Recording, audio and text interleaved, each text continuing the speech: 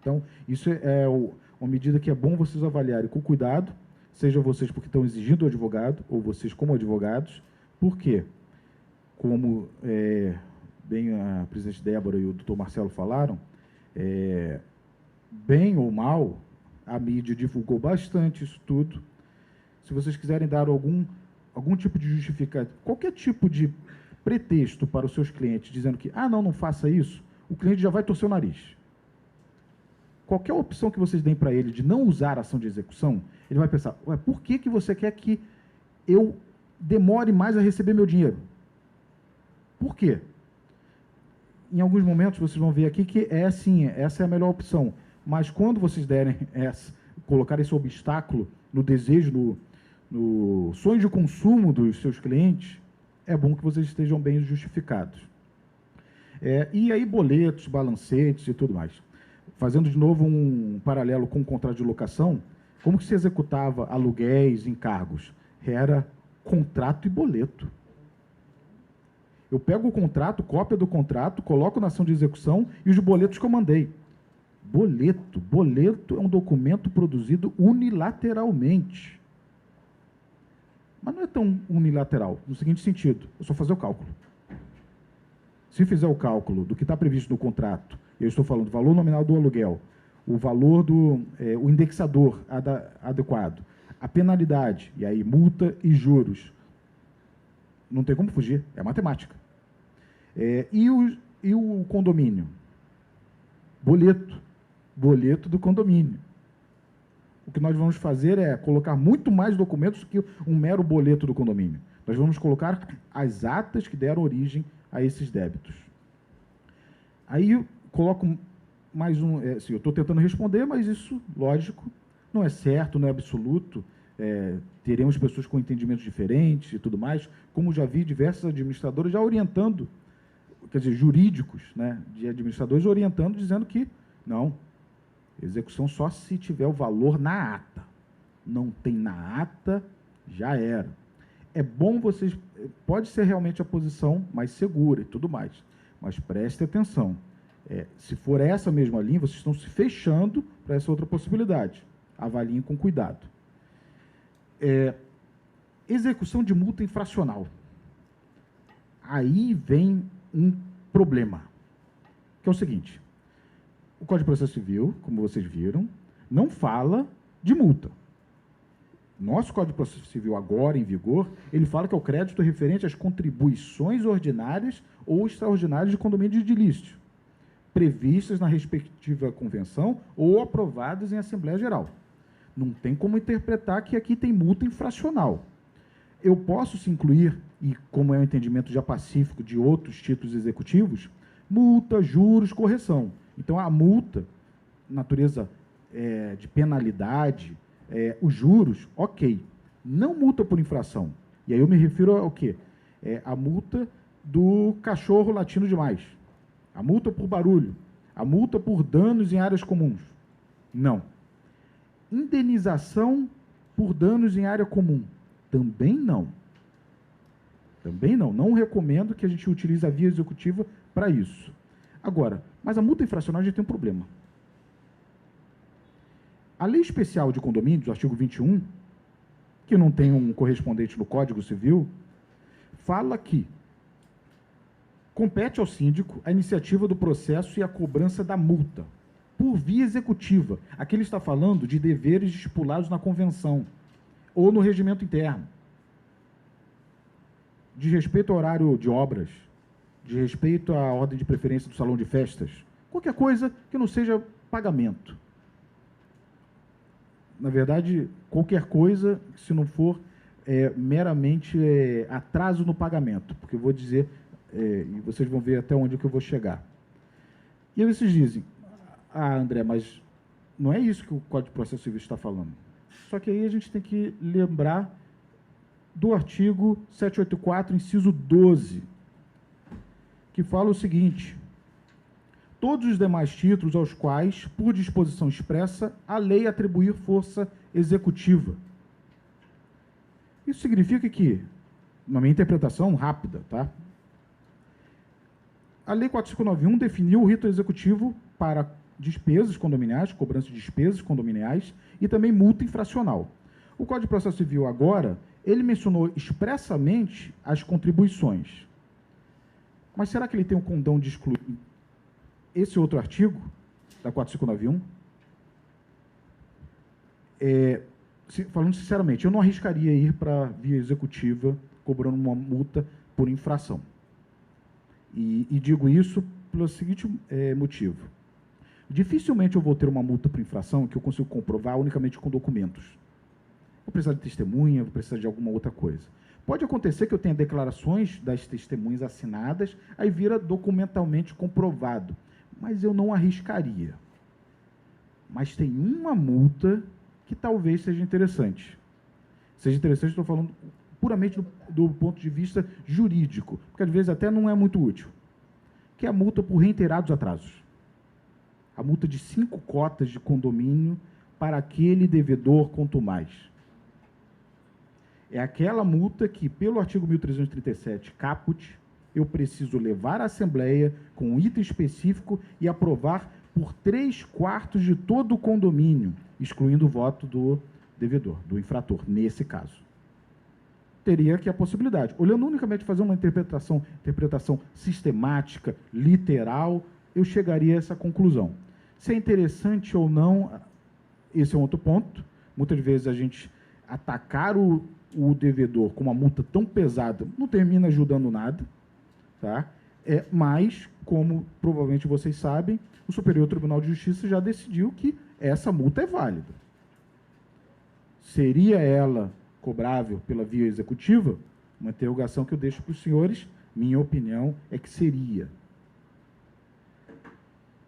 Vamos falar um pouquinho mais de alternativas para resolver o problema. Por quê? O meio executivo não é o único meio possível de se cobrar, de se recuperar um crédito. Não é. Existem vários outros criados recentemente, outros pelo próprio Código de Processo Civil, e eu vou falar rapidamente de cada um deles para tentar nortear um pouquinho a decisão de vocês, se vocês estiverem deparados com um débito, qual o melhor caminho? Mediação extrajudicial. Foi criado pela 13.140, em total harmonia com o Código de Processo Civil, que vocês têm visto, né? Até o Secov fez o lançamento da Câmara de Mediação recentemente, uma excelente iniciativa, para problemas de vizinhança e tudo mais, inclusive problemas de débitos condominiais e tudo mais. Está se formulando assim, muitas políticas, uma estrutura está sendo feita no Tribunal de Justiça para ter essa mediação, que é uma mediação antes de ter o processo. Ou, até mesmo enquanto o processo está em curso, se tenta uma mediação. Ok. A minha opinião veja que eu sou um fã de mediação, arbitragem, meios que eu não considero como alternativos, mas como originais para a resolução de conflitos. Não me entra na minha mente, nem hoje, de que o processo é a melhor forma de se resolver um problema. Não acredito. Mas, sinceramente, se eu tenho um título executivo, para que eu vou parar numa mediação? A gente tem que ver também com certa objetividade. Veja que a maioria dos condôminos não paga porque não quer. Tem, claro, esse tipo. Mas tem aqueles que não conseguem pagar, que, infelizmente, somente com a penhora do imóvel dele que eu tenho a recuperação. Deixo isso agora, mas vamos avançando. Arbitragem. Sou um fã de arbitragem, repito. Eu estou fazendo bate e assopra, então eu falo bem para depois dar a paulada. Infelizmente, aqueles condomínios que colocaram cláusulas compromissórias nas suas convenções, infelizmente cometeram um erro. Nem sabiam, lógico. Por quê? Na parte de cobrança judicial, cobrança de cotas, é muito mais interessante fazer direto uma ação de execução. Por quê? A sentença arbitral é um título executivo, mas para que eu vou passar por um procedimento arbitral se eu posso executar direto? Numa mesa de negociação, isso é o que eu tenho de ancoragem alta.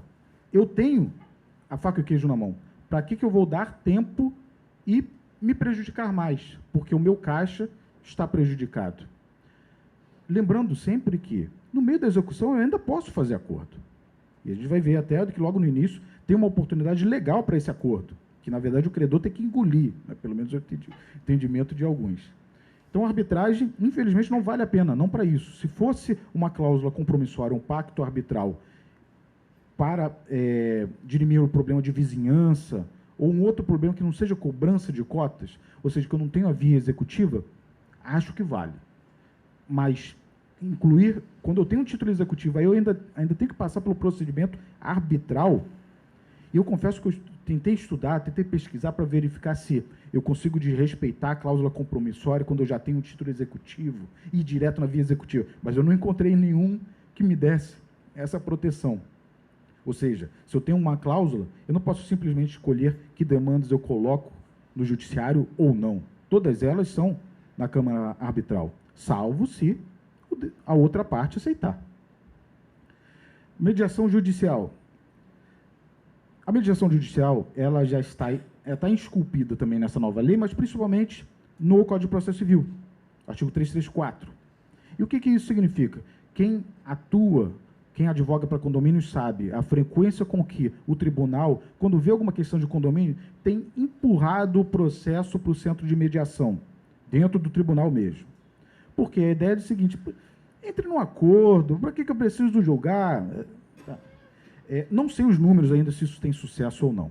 O Código de Processo Civil ele deixa um procedimento diferente a partir de agora. Se eu não quero essa mediação, logo na inicial eu já digo que não quero. Mas isso serve para procedimento comum, execução não. Por quê? O próprio tribunal entende que se eu tenho um título executivo, não cabe mediação, não dessa forma, porque eu já tenho título executivo. Eu já tenho liquidez, certeza e exigibilidade. Eu vou discutir o quê? Conciliação, mesma coisa. Um dos grandes ganhos da ação de execução é o fato de que eu não preciso sofrer aquela ação, aquela audiência de conciliação do rito sumário. Que, vamos falar a verdade, era inútil. E por dois motivos. Primeiro, porque boa parte dos condomínios, quando assessorado por uma administradora, sempre tenta algum tipo de recuperação amigável. Esse é o primeiro ponto, porque ninguém quer ir para fazer o processo. Todo mundo quer fugir do judiciário. O medo que o brasileiro tem do judiciário é enorme, é enorme. Se não tivesse, teríamos mais ações ainda. Então, não funciona. E o outro problema também é a falta de capacitação dos conciliadores. Tá? Muitas vezes as partes saíam chateados com o conciliador. Ficavam com mais raiva do conciliador do que da outra parte. Então, qual que é a utilidade? Negócio processual, uma outra alternativa. Será que ela é útil para a execução? Também não. Também não. Ah, mas eu posso já ter um acordo pré-realizado e dentro de uma imaginação a gente pode ter isso, um acordo prévio, dizendo que não tem recurso. As partes abdicam do embargo à execução. Vamos ser realistas. Quem que vai assinar um acordo desse? Aí eu faço uma assembleia, estou falando de condomínios. Dentro de empresas, eu acho que até, de repente, talvez, seja possível, porque tem algum acordo comercial e tudo mais, aí a gente pode ser um pouco mais criativo. Mas dentro do condomínio, eu vou levar uma assembleia para definir, então, acordos para o negócio processual. Deixa eu esclarecer, estou atropelando um pouquinho. O que é o negócio processual?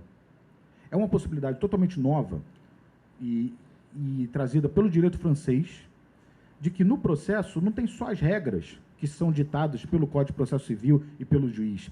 As partes podem definir calendários, que provas vão ser produzidas, quem vai ser o perito, por exemplo. Ou seja, se eu tenho acordo com a outra parte, eu posso delimitar determinadas fases do processo.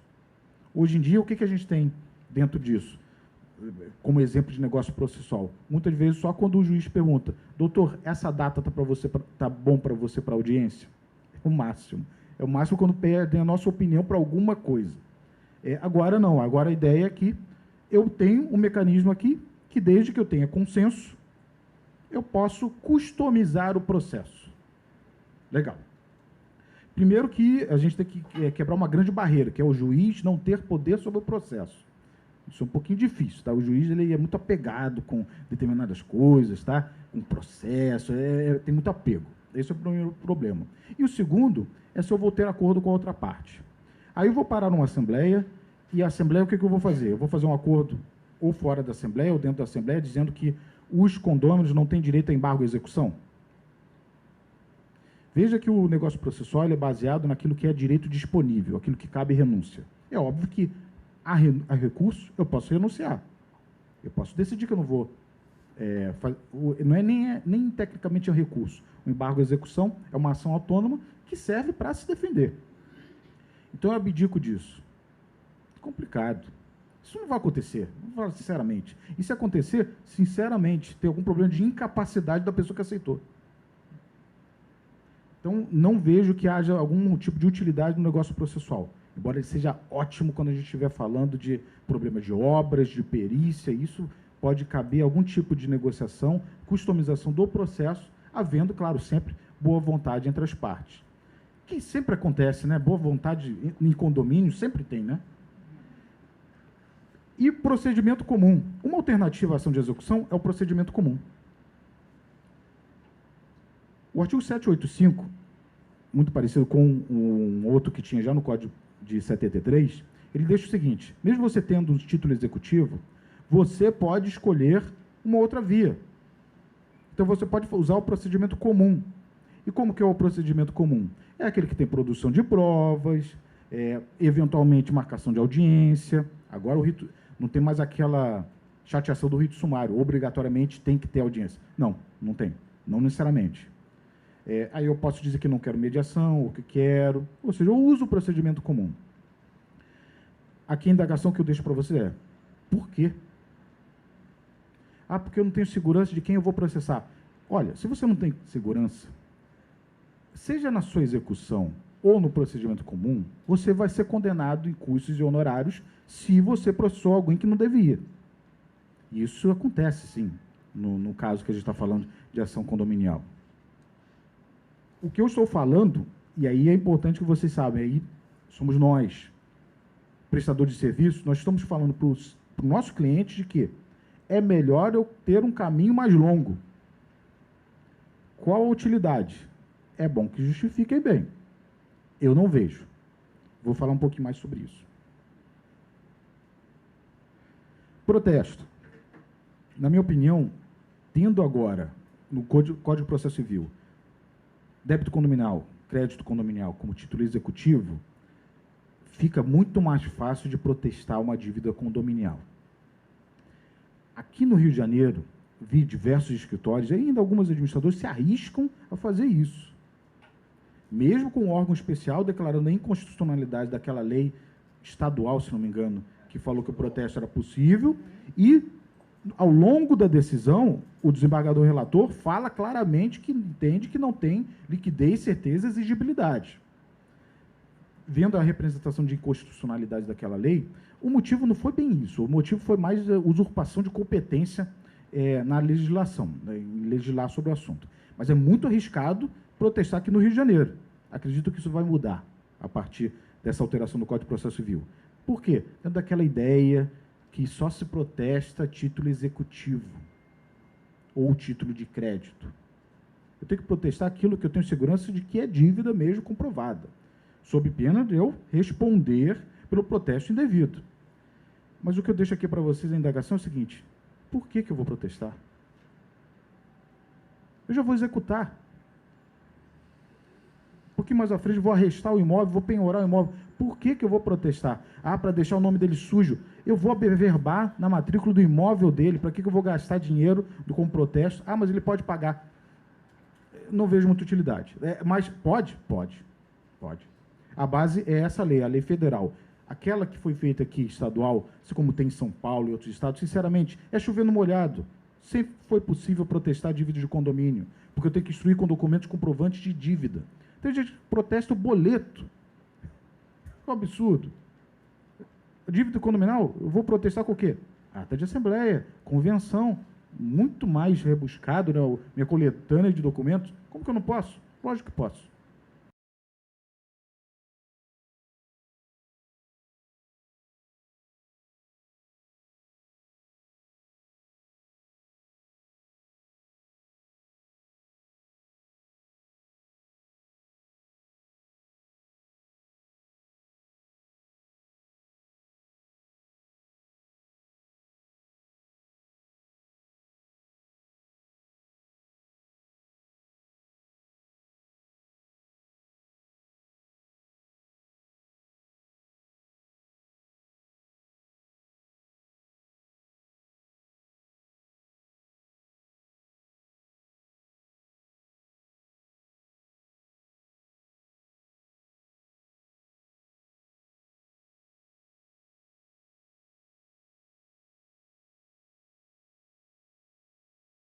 fizer o que é o mais adequado, que é mover várias execuções...